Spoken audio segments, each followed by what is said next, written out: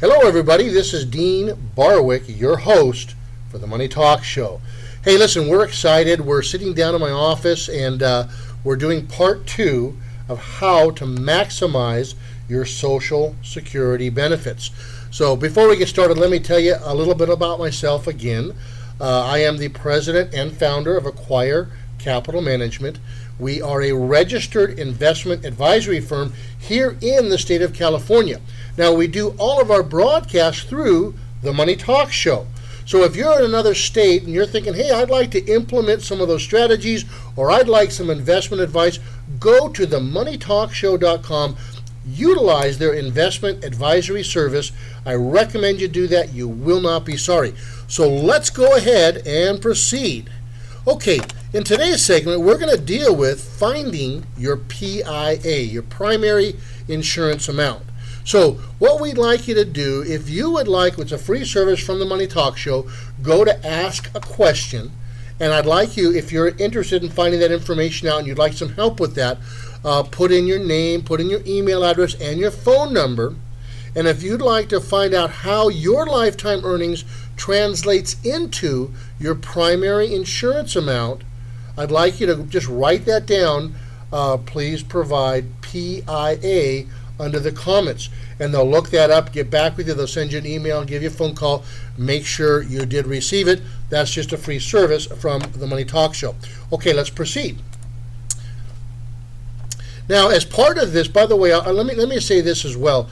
As part of when you fill that out and you ask for your PIA, you're also going to receive a complimentary review that's going to go over a lot of the stuff we're talking about today. So they're not just going to send you a quickie little email with the PIA. There'll be an attachment to that, so you'll have that as well. Okay, so we're going to proceed now with the next slide, which is deciding now or later. Now, while it really is the all-important question, there are a couple of key pieces of information we need to track down first. So let's take a look at that. Number one, we want to look at your full retirement age. And this is important. Depending on when you were born, there is a specific age at which you will attain full retirement age.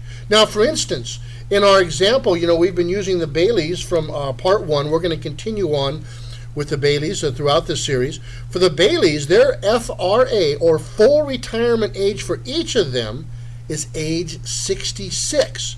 Now, your full retirement age is important because it is half of how your Social Security benefit will be calculated. Now, the other half is based on when you decide to start taking your benefits. So, when Social Security was initially set up, the full retirement age was age 65. And it's for people that were born before 1938. But as time passed, the age for receiving full retirement benefits has crept up as well. Now, if you were born between 1938 and 1960, your full retirement age is somewhere on a sliding scale between 65 and 67.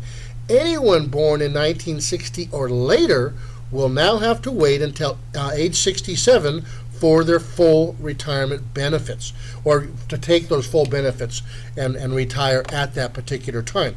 Okay, let's move on to the next slide. Now, while you can begin collecting benefits earlier than your full retirement benefit, you can go as early as age 62, but the amount will be permanently reduced.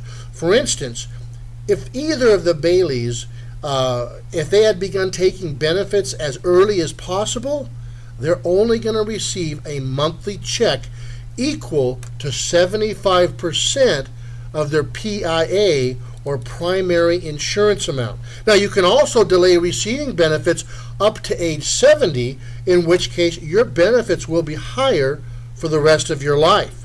And you can see our little diagram here. Take a look at that, and we're going to go ahead and proceed. Now, deciding now or later, the factor changes each month you wait. And this is very important.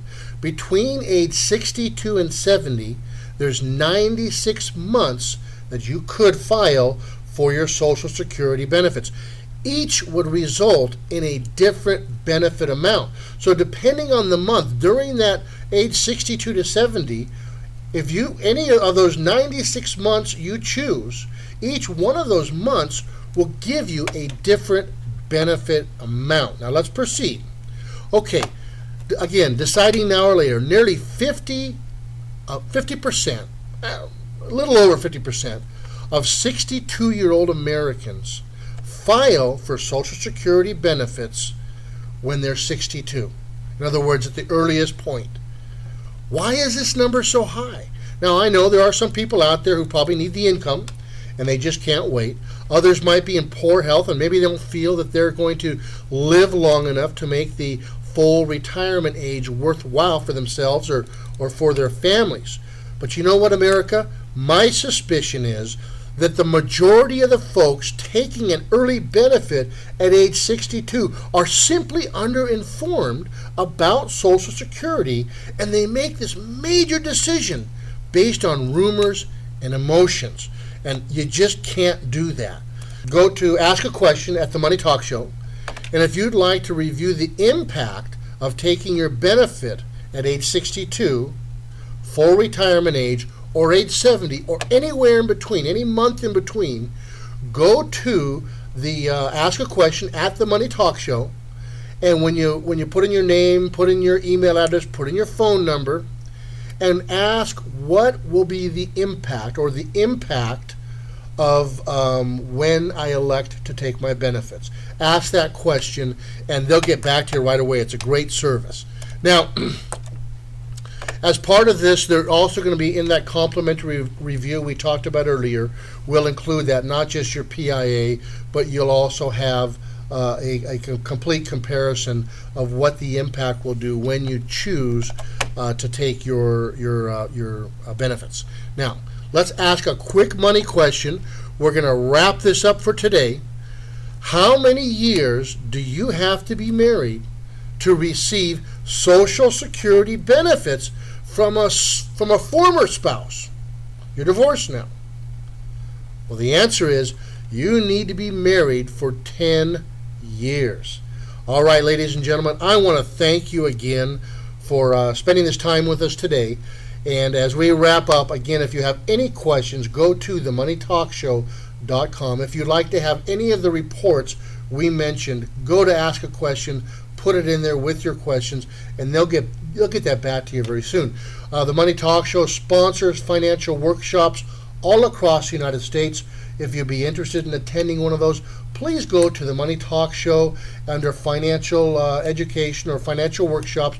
Fill out your name, your address, or not your address, your zip code or area that you live in that you'd like to attend a workshop in, and put your email address in there. And also tell us a little bit about the type of workshop you'd like to attend, and when one's going to be in your area, they'll shoot that out to you. These workshops are a free resource. They're taught by financial professionals, and you know what? There's no product being sold. So it's just a free resource to you. I recommend you take advantage of that.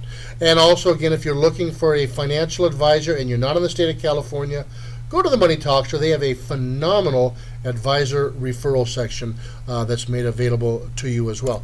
Hey, so until next time, you guys have a great day, and we will talk to you soon. Bye-bye now.